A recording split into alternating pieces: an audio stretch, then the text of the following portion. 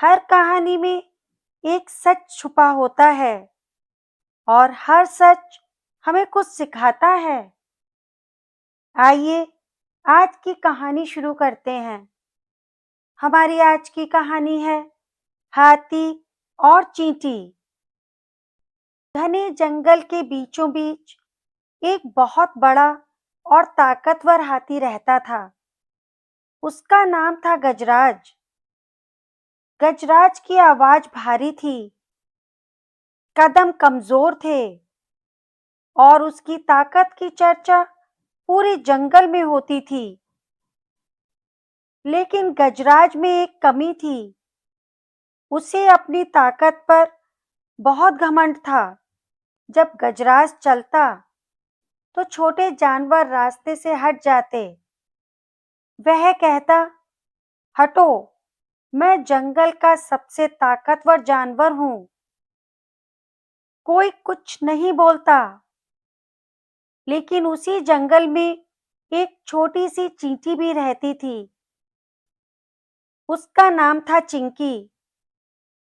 चिंकी बहुत छोटी थी पर समझदार और मेहनती थी।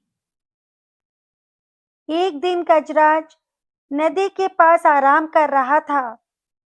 वहीं पास से चिंकी अपनी टोली के साथ अनाज ढो रही थी। अचानक गजराज ने जोर से पैर पटका। चींटियां इधर-उधर भाग गईं। गजराज हंसते हुए बोला, इतनी छोटी होकर भी इतनी मेहनत, तुम लोग तो कुछ भी नहीं कर सकती।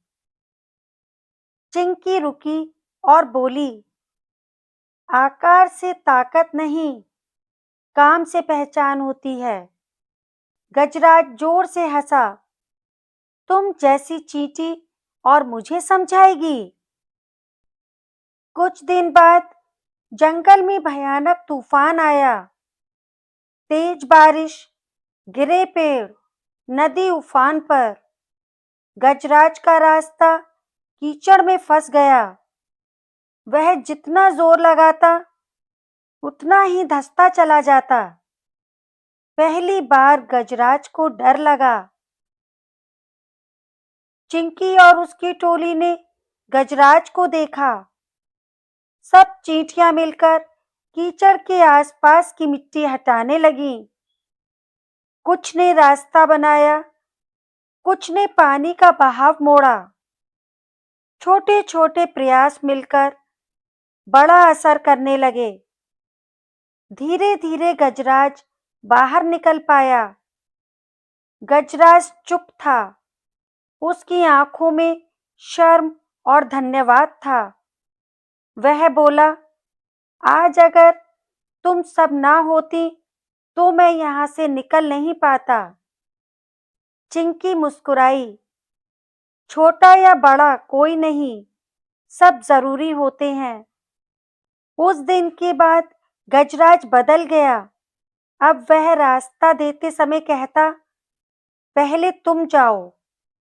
और जंगल में फिर कभी किसी को छोटा नहीं समझा गया।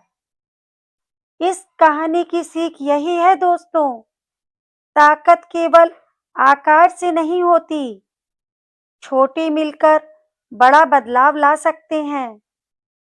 घमंड गिरता है, विनम्रता उठाती है। आपको हमारी आज की कहानी कैसी लगी? कमेंट करके जरूर बताइएगा। ऐसी ही मनोरंजक कहानियों के साथ जल्द ही मुलाकात होगी। तब तक खुश रहें, स्वस्थ रहें, मस्त रहें। Bye bye.